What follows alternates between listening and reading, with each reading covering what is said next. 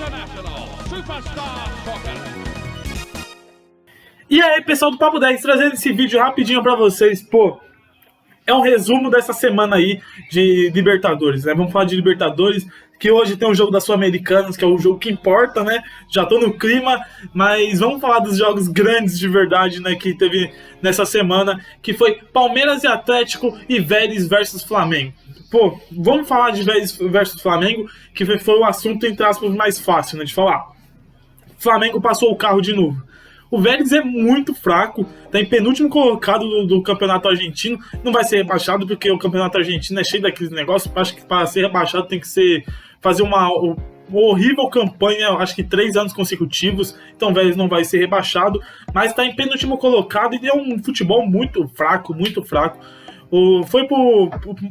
A estratégia deles foi o quê? Tentar ganhar dentro de casa. Levaram 4-0 no primeiro jogo, então acabou a estratégia deles por terra. Então foi pro segundo jogo, tendo que propor jogo contra o Flamengo, e isso é quase impossível, ainda para um time que é fraco. Então, até parece que eu tô falando do São Paulo, né? Mas Flamengo e São Paulo é só na quarta-feira que vem. Pô, aí o Vélez não tem força pra conseguiu 1-0 ainda, e surpreendentemente, mas não tinha força pra ter uma reação. As únicas estratégias eram chute de longe, tentar cruzar a bola na área, não tinha jogada ensaiada, não tinha uma estratégia sólida. Então, o Flamengo conseguiu amassar e tem que falar. O Pedro tem que ser convocado agora sexta-feira, vai sair amanhã, vai sair a convocação da seleção brasileira para os amistosos, e o Pedro tem que estar, porque o Pedro está muito diferenciado, o nível dele está fora do normal. Como centroavante, eu acho que centroavante mesmo, ele ali tá melhor do Brasil, no Brasil é disparado, mas ele tá como o melhor brasileiro do mundo ali, disparado pra mim, porque o Gabriel Jesus faz um papel de centroavante, mas é um centroavante mais, sem ser um pivô, sem ser um fixo, é um centroavante mais móvel. O Gabigol também não tá vivendo aquela fase gigantesca. O Martinelli joga mais pela ponta, quando cai agora por causa do Gabriel Jesus, joga mais pela ponta, e o Matheus Cunha pra mim não correspondeu ao Atlético de Madrid nem à seleção, então eu acho que o Pedro merece essa chance na seleção, merece ser convocado. E pra mim tem que levar ele pra Copa, porque ele tá numa fase incrível. Não pode ser igual o Neymar 2010, que tá vivendo uma fase incrível, tá acabando com os jogos, e o Dunga não levar. O Tite tem que levar o Pedro, porque agora são 26 jogadores, tem que ter uma vaguinha aí pro Pedro, beleza?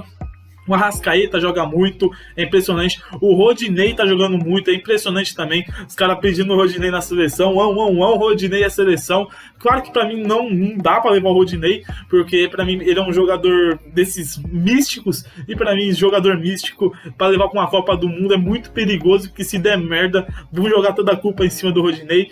E infelizmente vai ser Daniel Alves e Danilo. Infelizmente, o Tite não vai quebrar o braço ali pra não levar o Daniel Alves. Eu acho que ele vai levar o Daniel Alves. Eu tenho total rancor do Daniel Alves, mas vamos fazer o quê? Vamos ter que torcer, apoiar a seleção brasileira, mesmo com o Daniel Alves lá. E o Danilo, pra mim, é um ótimo lateral, barra zagueiro, consegue fazer um terceiro zagueiro ali e liberar o lateral esquerdo, que pra mim pode ser o Lodi. O Lodi acho que não vai, porque agora se matou indo pro Nottingham Forest, que pra mim é um time fraco, perdido.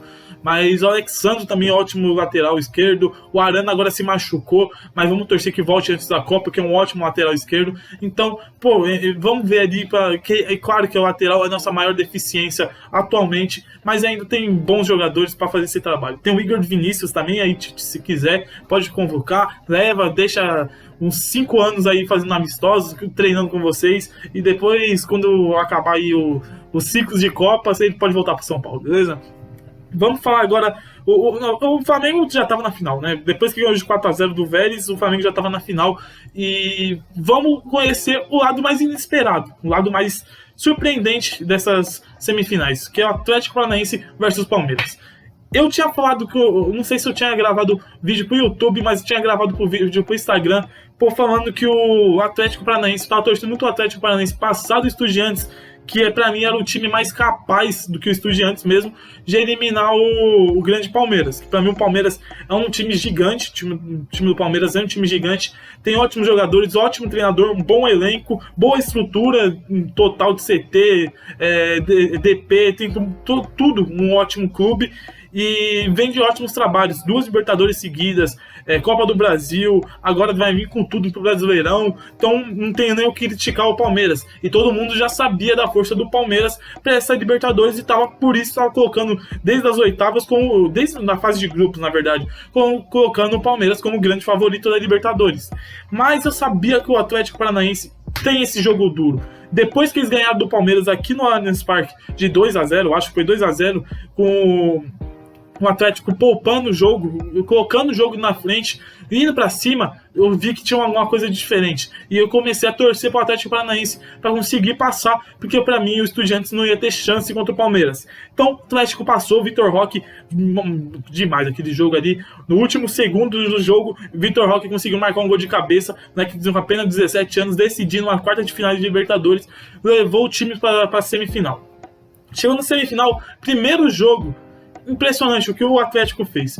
Ele conseguiu marcar um gol e se fechou, fez seu trabalho tranquilo, não precisava se expor. Aí vem aquele papo de o anti-futebol. Pra mim, isso é um papo totalmente de perdedor, porque se é seu time que tá fazendo, o próprio Palmeiras mesmo fez muito com o Abel, esse estilo de anti-jogo, ficar jogando um retrancado, sem propor jogo, só nos contra-ataques. O Palmeiras foi quase uns 2 anos só nessa estratégia de jogo e ninguém criticava. Agora o que o Atlético fez, agora tem alguns palmeirenses, alguns flamenguistas também por causa da Copa do Brasil, criticaram. Mas, pô, o Atlético tá certo.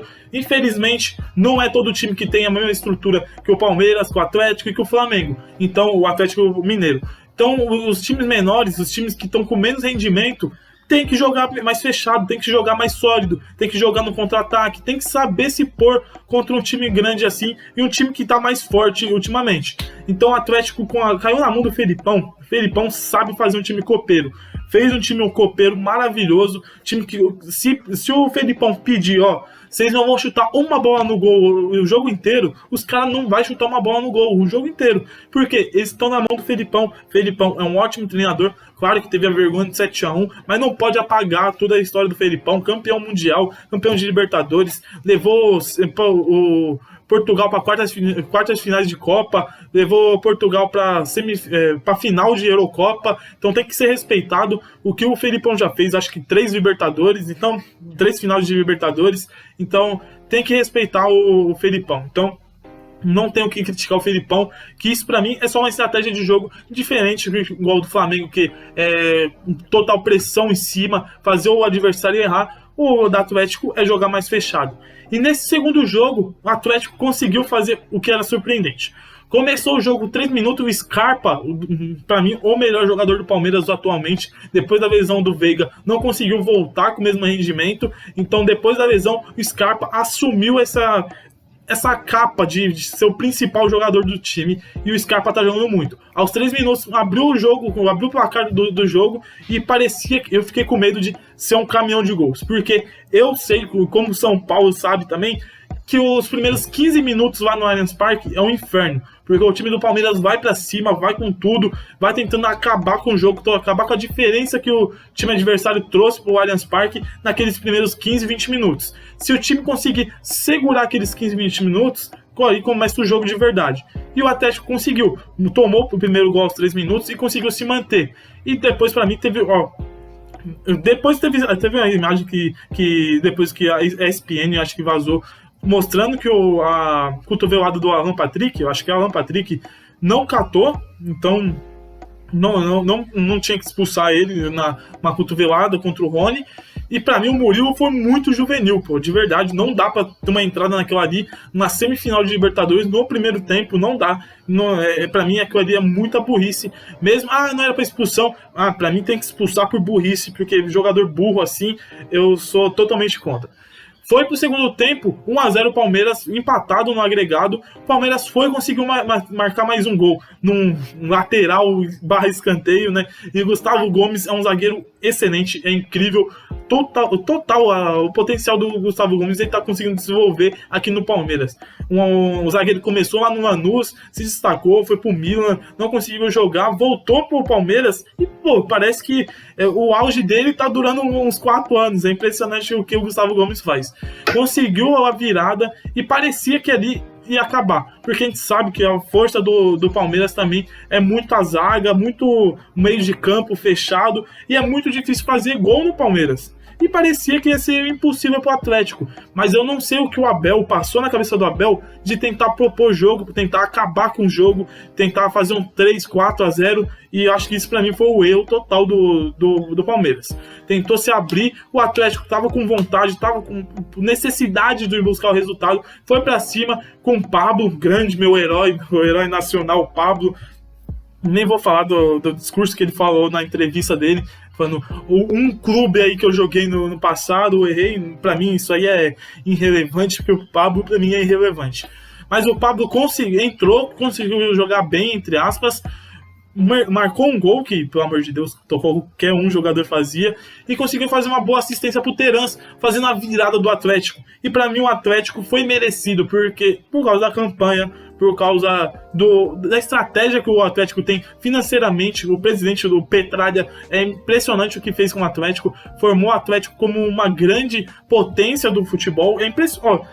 Você querendo ou não, tem que colocar o Atlético Paranaense como um dos times grandes, porque ele não tá devendo muito agora para um Fluminense, para um Atlético Mineiro. Ele tá começando a chegar nessa briga na tabela com esses caras. Então tem que ser respeitado o trabalho do Atlético Paranaense fez de tudo, né? O futebol e o financeiro, que é um time que tá zerado em dívidas, não tem dívida, não precisa ficar se matando em contratação, tem uma base boa. E esse Bento, é impressionante a fonte de goleiro que o Atlético tem: Santos, o Everton e o Bento.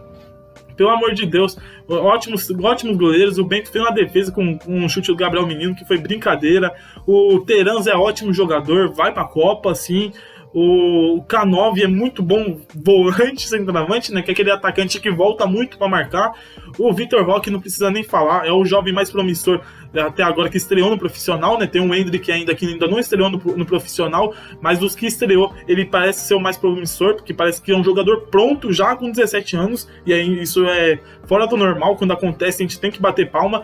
E o Kelvin é um ótimo lateral, o Thiago Heleno tá fazendo uma ótima campanha, não só na Libertadores, na Copa do Brasil e no Brasileirão também. O Atlético Paranaense está em 4º lugar do Brasileirão, então é um time que está fazendo uma ótima campanha em 2022. E não é só em 2022, e sim em 2021, 2020, 2019, 2018, já está fazendo ótimas campanhas. Então, vou torcer para o Atlético Paranaense. Eu acho que o lado bem da humanidade está torcendo para o Atlético Paranaense, enquanto o lado mal, que é o flamenguista, está torcendo para o Flamengo. Mas, para mim, é um jogo que está muito aberto. Para mim, tem 3, 4 opções de jogo, que é o quê? Flamengo golear, porque o time do Flamengo é muito forte. Para mim, tem o empate para ir para os pênaltis. Tem uma vitória do Atlético Paranaense e uma vitória do Flamengo, tipo, de 1-0, 2-1. Mas para mim só não tem o quesito do cenário do Atlético Paranaense golear o Flamengo, que pra mim isso é impossível.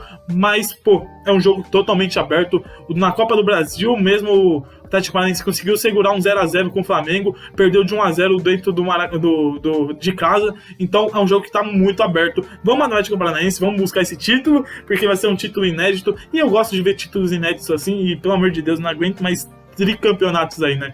Pelo amor de Deus, o Palmeiras chegou com ser tri-libertadores, e não quero que o Flamengo chegue aí agora também, tá bom? Então, abraço pra vocês. Hoje eu vou trazer um Reels agora, daqui a pouquinho, falando do São Paulo e falando do pré-jogo, e depois um Reels falando do pós-jogo, tá bom? Beleza? Tomara que o São Paulo se classifique, que busque o título das Sul-Americanas, que pelo amor de Deus, nós torcedores merecemos esse título, pelo amor de Deus, tá bom? Vamos lá, Santo Rogério Ceni faça esse trabalho por nós, tá bom? Abraço pra vocês. Tenham um ótimo final de semana, porque agora eu vou mandar esse vídeo, mas tenham um ótimo final de semana pra todo mundo, beleza? Abraço!